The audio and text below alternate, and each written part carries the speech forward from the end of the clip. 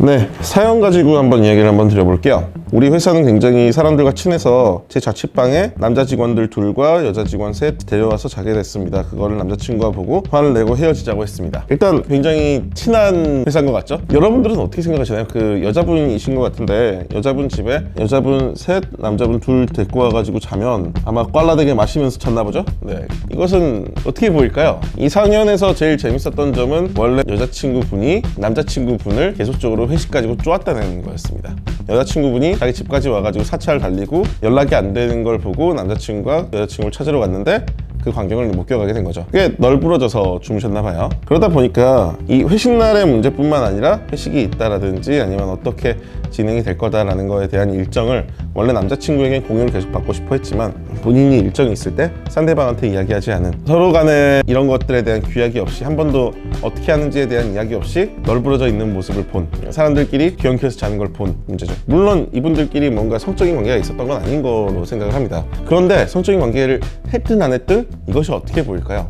원래 나에게 집착을 해왔던 사람이 이런 행동을 한다는 건 이 사람이 나한테 그만큼 집착을 할 자격이 없다라는 걸로 느껴지게 될 수 있습니다. 그래서 이 자격이 없는 행동을 하신 분에게 헤어짐을 구할 수밖에 없었던 남자친구의 역할도 분명히 이해가 되고, 남자친구가 계속적으로 연락이 잘 안 되거나 문제가 있었기 때문에 하소연을 하다 보니까 날새서 마시게 되는 여자분의 입장도 굉장히 이해가 안 되는 바는 아닙니다.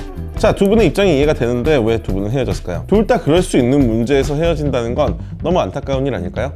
이 헤어짐에서 제일 첫 번째로 이야기해 볼 만한 부분은 얼마나 이런 것들에 대한 이야기를 했는가. 여자분은 남자분을 계속적으로 제대로 보고를 해달라, 언제 연락을 해달라 라는 이야기를 계속적으로 해왔던 상황인 것 같고, 여자분이 남자분에게 나 회식을 하면 어떻게 사람들과 논다, 집에서 마시겠다 라는 이야기를 하지 않은 상태라고 한다면 얼마나 화가 날 것 같으세요? 반대의 상황으로 이야기해 보도록 하겠습니다. 남자분이 여자분들을 집으로 초대해가지고 마시다가 뻗어서 잤다 라고 하면 다른 분들의 입장에서는 얼마나 화가 날까요?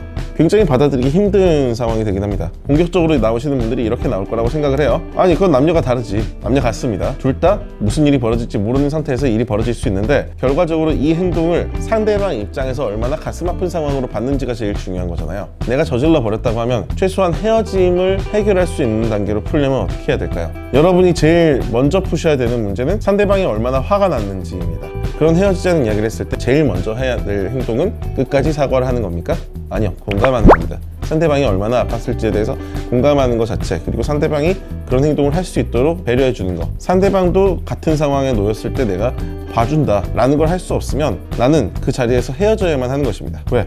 내가 저질렀잖아요. 상대방이 그러면 똑같이 남자친구가 여자인 동료분들과 그렇게 장소가 만들어진다 해도 용인할 수 있는 단계가 아니면 그런 행동을 이제 여러분들이 다 안 하실 수 있도록 하시면 참 좋겠고요. 그리고 하게 됐을 때 이 문제에 대해서 지금 제대로 공감해주고도 풀리지 않는다고 하면 여러분들이 가능한 빨리 찾아와서 진단지 내시고 문제를 함께 풀어보시는 게 가장 좋을 것 같습니다.